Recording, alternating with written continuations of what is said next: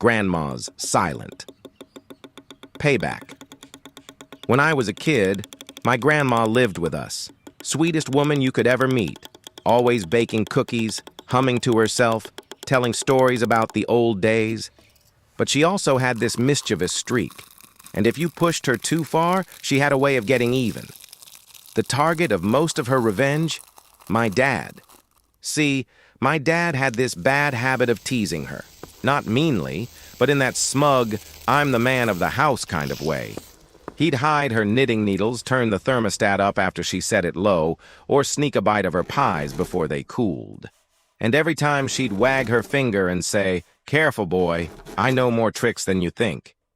One summer, Dad decided to take it too far. Grandma had just finished baking a big batch of cinnamon rolls for church. She left them on the counter to cool, and when she came back, half the tray was gone. Dad, sitting in the recliner, had cinnamon and sugar all over his face. "Worth it," he grinned.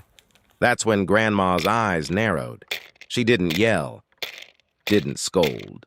She just said, "All right then," and went back to her knitting. That was the beginning of the silent war. The next morning, Dad opened his sock drawer to get ready for work, and every single sock was gone.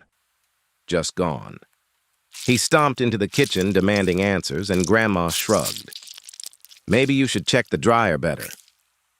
2 days later, he poured himself a cup of coffee and spit it right out. Salt instead of sugar in the jar. Grandma didn't even look up from her crossword. Strange how things get mixed up, huh? The best one, though, was the TV remote.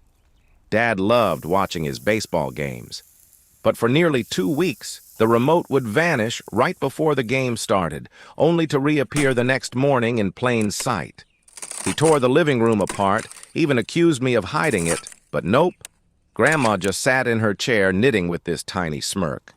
Finally, Dad gave in. He bought her flowers, apologized for the cinnamon rolls, and promised to stop messing with her baking. That night, the socks magically returned. The sugar was sweet again, and the remote stayed put. Grandma never admitted to anything, but the look on her face when Dad tried to thank her said it all. The lesson? Don't mess with someone who's been perfecting petty revenge for decades. Grandma was a saint, sure, but she was also undefeated.